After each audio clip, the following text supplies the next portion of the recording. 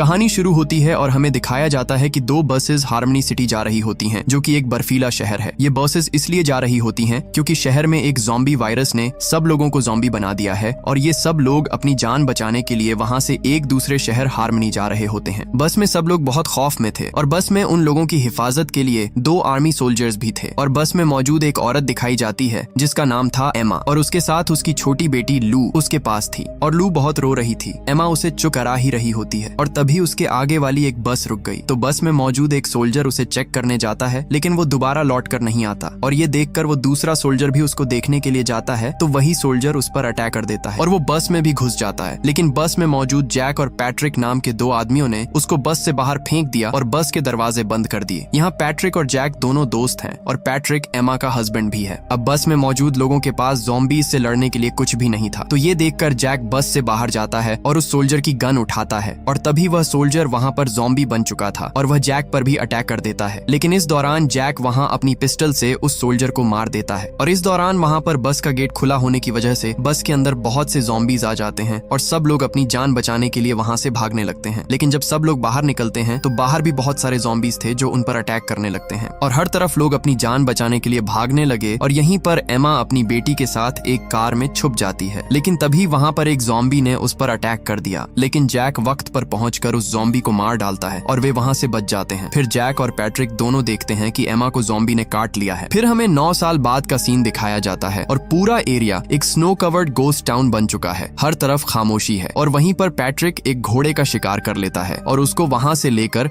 अपने टाउन की तरफ बढ़ रहा होता है और यहाँ पर अब जैक के साथ लू रह रही होती है। लू अब एक 9 साल की लड़की है। जैक और पैट्रिक दोनों एक दूसरे के नेबर थे। लू को ये लगता है कि उसका फादर जैक है, लेकिन असल में उसका फादर पैट्रिक है। अब इधर पैट्रिक उस घोड़े के गोश्त से अपने लिए खाना बना रहा होता है और अपने डॉग के साथ दोनों खाना खाने लगते हैं। अब घर में पैट्रिक बिल्कुल अकेला होता है, जिसकी वजह से वो अपने रेडियो में खुद से ही बातें करता रहता था और दूसरी तरफ जैक और लू अपने घर में खुशी से रह रहे होते हैं और जैक अपने घर के लिए खाना अपने टाउन के पास एक छोटी सी शॉप से लेकर गुजारा करता है। और जब सुबह होती है तो लू उस डॉग को, जो कि पैट्रिक का डॉग था, उसके लिए बिस्किट लाती है और उस डॉग के साथ खेलती है। अब जैक अपनी राइफल से वहाँ पर निशानेबाजी कर रहा होता है कि तभी लू उससे ये कहती है कि मैं भी ट्राई करूं, लेकिन लू को वह साफ साफ मना कर देता है। रात हो जाती है और जैक लू को एक बॉक्स देता है जिसमें उसकी माँ की पुरानी चीजें पड़ी होती हैं और ये सब देखकर वह बहुत खुश होती है और तभी वहाँ से उसे कुछ आवाज सुनाई देती है। असल में ये सॉन्ग उसकी बर्थडे का होता है, जो कि पैट्रिक ने अपने स्पीकर पर उसकी बर्थडे के लिए लगा दिया था और पैट्रिक ने लू के लिए एक केक भी बनाया था, लेकिन वह केक उसने अपने डॉग को दे दिया क्योंकि वह जानता था कि जैक उसे अपने घर नहीं आने देगा, इसलिए वह केक डॉग को खिला देता है। अब रात में जैक लू से कुछ बातें करता है और लू को ये बताता है कि जब तुम छोटी थी तो तुम्हारी मॉम इस दुनिया से चली गई। फिर लू जैक से ये भी पूछती है कि क्या ये मॉन्स्टर सच में होते हैं और जैक लू को ये बताता है कि सब मॉन्स्टर ठंड की वजह से मर गए हैं। और इसके बाद जैक और लू दोनों सो जाते हैं और रात में अचानक लू एक ख्वाब की वजह से उठ जाती है और तभी उसे बाहर एक ज़ॉम्बी दिखाई देता है, जिसकी वजह से वह बहुत डर जाती है और एक कोने पर छुप जाती है। और जब सुबह जब जैक लू को बेड पर नहीं देखता तो वह तुरंत सब घर में उसको ढूंढता है और तभी वह लू को एक बेड के नीचे छुपा देखता है। तो वह पूछता है कि तुम बेड के नीचे क्यों छुपी हुई हो? तो वह जैक को बताती है कि उसने रात को मॉन्स्टर देखा है। तो जैक ये कहता है कि वह एक सपना होगा क्योंकि सब मॉन्स्टर ठंड की वजह से मर चुके हैं। और लू यह भी कहती है कि अगर मॉन्स्टर मर चुके हैं तो आप मुझे बाहर क्यों नहीं जाने देते और सब घर में लॉक क्यों लगा कर रखते हैं? इस पर जैक लू को कोई भी जवाब नहीं देता है और तभी लू उस डॉग को बिस्किट खिलाने जाती है तो तभी वह वहाँ पर पैट्रिक को देखती है और पैट्रिक उससे बातें करता है और तभी वहाँ पर जैक आ जाता है और वह पैट्रिक पर गुस्से होता है और कहता है कि तुम दूर रहो लू से और ये भी कहता है कि यहाँ से फौरन अपने डॉग को ले जाओ। फिर डॉग और पैट्रिक दोनों वहाँ से चले जाते हैं और एक शॉप पर जाते हैं जहाँ से पैट्रिक अपने लिए सामान लेता है और तभी उसे वहाँ पर एक फॉक्स दिखाई देता है जिसे एक ज़ॉम्बी खा रहा होता है तो वह तुरंत वहाँ से भागता है और इसी दौरान वहाँ वह एक पेड़ से टकरा जाता है और वह वहीं पर बेहोश हो जाता है। और जब उसे होश आता है तो वह अपनी आंख खोलता है तो ज़ॉम्बी उसके ऊपर खड़ा होता है और दूसरी तरफ जब जैक लू को गन चलाना सिखा रहा होता है तो वह ज़ॉम्बी की फायर की आवाज सुनकर वहाँ से भाग जाता है और पैट्रिक तुरंत जैक को ज़ॉम्बी से बचने के लिए बताता है तो वह ज़ॉम्बी पैट्रिक पर दोबारा हमला कर देता है और जैक फौरन लू को अपने घर के अंदर जाने के लिए कहता है। फिर जैक उस ज़ॉम्बी पर फायर नहीं कर पाता, जिसकी वजह से वो ज़ॉम्बी पैट्रिक को काट लेता है और तभी वहाँ पर पैट्रिक का डॉग आकर उस ज़ॉम्बी को उसके ऊपर से हटा देता है, लेकिन वो ज़ॉम्बी डॉग को वहीं पर मार देता है। तभी पैट्रिक उस ज़ॉम्बी पर फायर करता है जिससे वो वहाँ से भाग जाता है और दूसरी तरफ लू जैक से नाराज हो जाती है क्योंकि उसने उस ज़ॉम्बी पर फायर नहीं किया, जिसकी वजह से वह डॉग मारा गया जिस डॉग से लू प्यार करती करती थी। पैट्रिक उस डॉग को अपने घर ले आता है और तभी वह देखता है कि उसे ज़ॉम्बी ने काट लिया है। तो वह अपने आप को गोली मारना चाहता था। तभी उसकी याद में आइमा आती है, जहाँ पर ज़ॉम्बी ने आइमा को इन्फेक्ट कर दिया था और इसीलिए पैट्रिक ने उसका हाथ काट दिया था, इसलिए वह अपने आप को मार नहीं सकता। और तभी उसे रेडियो पर किसी की आवाज सुनाई देती है और एक आदमी उसे यह कहता है कि तुम कहाँ पर हो। आगे से पैट्रिक कहता है कि मैं हार्मनी में हूँ। फिर पैट्रिक उस आदमी को यह बताता है कि उसे उस ज़ॉम्बी ने काट लिया है। तो वह आगे से पूछता है कि तुम्हारी मदद किसी ने नहीं की। तो पैट्रिक बोलता है कि उस वक्त जैक वहाँ पर था। तो वह आदमी कहता है कि उसने ये गलती की है, जैक को यह नहीं करना चाहिए था। और सुबह हमें दिखाया जाता है कि जैक अपने घर के सभी दरवाजों को अच्छी तरह लकड़ियों से बंद कर रहा होता है। तभी वो देखता है कि पैट्रिक अभी तक ठीक है, वो अभी ज़ॉम्बी नहीं बना। तो ये देखकर उसे यकीन नहीं आता। अब लू जैक से जिद करती है कि उसे अपनी मॉम के लिए कुछ फूल चाहिए। तो जैक आगे से मना करता है कि हम बाहर नहीं जा सकते। तो लू कहती है कि मैं खुद ही ले आऊंगी। इसलिए जैक उसकी बात मान जाता है और वो उसके लिए फूल लेने चला जाता है। और रास्ते पर उसे पैट्रिक का गिरा हुआ गिफ्ट मिला, जो कि पैट्रिक ने लू के लिए लिया था। फिर जैक आगे निकल पड़ा और रास्ते में उसे एक सुनसान घर मिला जिसमें कोई भी नहीं था और उसे वहाँ से कुछ फूल मिल गए। दूसरी तरफ पैट्रिक घर में बैठा होता है और तभी उसे रेडियो से उस आदमी की आवाज सुनाई देती है जो उसे ये कह रहा था कि तुम उस जैक को मार दो, क्योंकि जैक ने उसकी मदद नहीं की। लेकिन पैट्रिक उसे साफ साफ मना कर देता है। अब जैक घर आकर लू को वो फूल देता है और लू ये फूल देखकर बहुत खुश हो जाती है और कुछ फूल अपनी मॉम की पिक्चर पर रख देती है और कुछ फूल घर से बाहर लेकर उस डॉग की कब्र पर रख देती है। और उसी दौरान वहाँ पर वो ज़ॉम्बी आ जाता है और लू पर अटैक करता है। लेकिन वहाँ पर जैक आ जाता है और उस ज़ॉम्बी को मारने लग जाता है और जैक को भी वो ज़ॉम्बी इंजर्ड कर देता है। लेकिन जैसे तैसे करके जैक ने ज़ॉम्बी को मार मार कर बेहोश कर दिया। फिर जैक लू के पास गया और इसी दौरान वो ज़ॉम्बी दोबारा उस पर हमला करने वाला होता है कि पैट्रिक उस ज़ॉम्बी पर फायर करके मार देता है। अब रात में जब जैक को होश आता है तो उसे घर में लू नहीं मिलती। तो वो लू को ढूंढने के लिए पैट्रिक के घर आ गया, जहाँ पैट्रिक ने उस ज़ॉम्बी के दोनों हाथ काट कर उसे बांध रखा था। पैट्रिक जैक को ये बताता है कि हमें ये लग रहा था कि ये ठंड की वजह से मर जाते हैं, लेकिन ये लोगों ने ठंड में भी सर्वाइव करना सीख लिया है, जिससे अब ये ठंड में भी रह सकते हैं और ये अपनी आंखों से बिल्कुल नहीं देख पाते और अब इनकी सुनने की शक्ति ज्यादा हो गई है। पैट्रिक जैक से कहता है कि मुझे इसके काटने पर इसलिए कुछ नहीं हुआ क्योंकि हम नेचुरली इम्यून हैं, इसलिए अब इनके काटने से हमें कुछ भी नहीं होगा। यहीं पर जैक बहुत उदास होता है क्योंकि लू अभी तक उसे नहीं मिली। लेकिन तभी वहाँ एक कमरे से लू आ गई और ये देख जैक बहुत खुश हो जाता है और जैक लू को वापस अपने घर में ले जाता है। अब रात में जब पैट्रिक अपने घर में होता है तो तभी लू रेडियो पर उसे बात करती है और उसे कल रात अपने घर में डिनर करने के लिए इनवाइट करती है। अब उस रात पैट्रिक लू के घर पर आता है, लेकिन लू उसे पहचान नहीं पाती क्योंकि उसने अपनी हालत चेंज कर ली थी। और फिर लू खुश होकर पैट्रिक के गले लग जाती है। अब जैक ने भी पैट्रिक को वो गिफ्ट दे दिया था जो कि रास्ते में उसे गिरा हुआ मिला था। फिर पैट्रिक लू को वो गिफ्ट देता है और लू यह देखकर और भी खुश हो जाती है। अब रात में जैक, पैट्रिक और लू डिनर कर रहे होते हैं। इसके बाद पैट्रिक लू को कुछ कहानियां सुनाता है और लू उसकी गोद में सो जाती है। फिर जैक पैट्रिक से कहता है कि तुम्हें हमारी मदद करनी होगी जिससे हम सब इन ज़ॉम्बीज़ से बच सकें। तो पैट्रिक आगे से कहता है कि क्यों नहीं, मैं तुम्हारी मदद के लिए तैयार हूँ। और पैट्रिक जैक से कहता है कि मेरे पास एक ट्रक है जिससे हम यहाँ से निकल सकते हैं। लेकिन जैक पैट्रिक को मना कर देता है और ये कहता है कि नहीं, हमारे लिए ये जगह सही है। और फिर पैट्रिक वहाँ से चला जाता है। इसके बाद सीन फ्लैशबैक में दिखाया जाता है कि पैट्रिक अपनी वाइफ के ना होने की वजह से अब ड्रिंक कर रहा होता है। असल में पैट्रिक इसलिए ड्रिंक करता है क्योंकि वह अपनी वाइफ को ज़ॉम्बी बनने से बचा नहीं सका, इसलिए वह ड्रिंक करने लगा था। तभी वहाँ पर जैक आता है और ये देखकर वह पैट्रिक को बहुत मारता है और लू भी वहाँ पर अकेली रो रही होती है, इसलिए जैक लू को वहाँ से अपने घर ले जाता है। अब अगली सुबह जैक और लू पैट्रिक के पास आ जाते हैं। अब जैक, पैट्रिक और लू वहाँ एक शॉप पर आ जाते हैं जहाँ से वो पहले अपना खाने का सामान लिया करते थे। सामान लेने के बाद जब वो बाहर आते हैं तो लू वहाँ पर एक औरत को देखती है और पैट्रिक उसके पास आता है तो वह बहुत डरने लगती है और पैट्रिक उसे वहाँ से अपने घर ले आता है। और अब लू अपने सवा उस घर में दूसरी लड़की को देखकर बहुत खुश हो जाती है। अब उस लड़की को होश आता है और वह ये बताती है कि वह 1 साल तक इस इलाके में ही छुपी रही। उसके पेरेंट्स और उसका भाई भी वहाँ थे और जब वह अपनी जान बचाने के लिए दूसरी तरफ निकल पड़ी तो तभी रास्ते में उसके पेरेंट्स और उसका भाई ज़ॉम्बीज़ से मारे गए। तभी उस लड़की को उस ज़ॉम्बी की आवाज सुनाई देती है तो वह पैट्रिक की गन लेकर वहाँ से बाहर आती है और उस ज़ॉम्बी को हेडशॉट कर देती है, जिससे पैट्रिक को यह पता चलता है कि ज़ॉम्बी को हेडशॉट करने से मारा जा सकता है। तभी उस ज़ॉम्बी ने मरते वक्त अपनी आवाज से बाकी सब ज़ॉम्बीज़ को बुला लिया था और इस वजह से जैक और पैट्रिक अपने घर के दरवाजे और खिड़कियां बंद करने लग गए और घर में रखे कुछ हथियार भी तैयार करने लगे जिससे वो उन ज़ॉम्बीज़ को मार सकें। अब ज़ॉम्बीज़ उनके घर के आसपास आ जाते हैं और यह सब देखकर जैक लू को घर के बेसमेंट में छुपाकर बेसमेंट का दरवाजा बंद कर देता है। दूसरी तरफ सभी ज़ॉम्बीज़ घर के चारों कोनों में से घर में घुसने लगते हैं और तभी एक ज़ॉम्बी लू के पास आ जाता है और पैट्रिक लू को बचाने के लिए दरवाजा खोलता है। तभी वह ज़ॉम्बी उस पर हमला कर देता है और जैक भी वहाँ सब ज़ॉम्बीज़ को शॉट कर रहा होता है। दूसरी तरफ वह लड़की घर में म्यूजिक को फुल वॉल्यूम में चला देती देती है, जिससे उन ज़ॉम्बीज को दर्द होने लगता है और इसका फायदा उठाकर वह लड़की भी उन ज़ॉम्बीज को मारने लग जाती है। अब जैक भी सभी ज़ॉम्बीज को मार रहा होता है। अब लू रेडियो के पास आती है और उसे एक आवाज सुनाई देती है जिस पर कहा जाता है कि स्प्रिंग फॉल एक सेफ जगह है जहां ज़ॉम्बीज से बचा जा सकता है। अब पूरे घर में म्यूजिक बंद हो जाता है क्योंकि जनरेटर में फ्यूल खत्म हो जाता है और वे ज़ॉम्बीज फिर से पूरे घर के अंदर दाखिल होने लगते हैं। दूसरी तरफ लू सबको यह बताती है कि रेडियो ट्रांसमिशन में यह कहा गया है कि स्प्रिंग फॉल एक सेफ जगह है जहां पर इन ज़ॉम्बीज से बचा जा सकता है, जो कि यहाँ से लगभग 50 मील दूर है। पैट्रिक जैक से ये कहता है कि मैं इन्हें घर से दूर लेकर जाता हूँ और जब रास्ता साफ हो तो तुम ट्रक तक पहुँच जाना, लेकिन उसे स्टार्ट मत करना जब तक मैं सिग्नल न दूं। अब पैट्रिक ने घर से एक फ्लेयर ली और लू से ये कहता है कि यह सब खत्म होने के बाद चाहे कुछ भी हो जाए तुम रात को दांत ब्रश करके सोना। उसके बाद पैट्रिक एक फ्लेयर और गन लेकर घर से बाहर जाता है और सब ज़ॉम्बीज को वहाँ से दूर करने लगता है और दूसरी तरफ जैक, लू और वह लड़की वहाँ से निकलकर ट्रक में दूसरी तरफ निकल जाते हैं। इधर पैट्रिक के पास बहुत ज्यादा ज़ॉम्बीज आ जाते हैं और सभी ज़ॉम्बीज ने पैट्रिक को काट लिया और इसके बाद वहाँ पर फ्यूल गिरने की वजह से वहाँ एक ब्लास्ट होता है जिससे सभी ज़ॉम्बीज और उनके साथ पैट्रिक भी अपनी जान गंवा देता है। वहीं दूसरी तरफ जैक हार्मनी से निकल चुका होता है और जब वह एक जगह पर आकर रुकता है तो उन्हें एक उगता हुआ सूरज दिखाई देता है और यह मूवी यहीं पर एंड हो जाती है।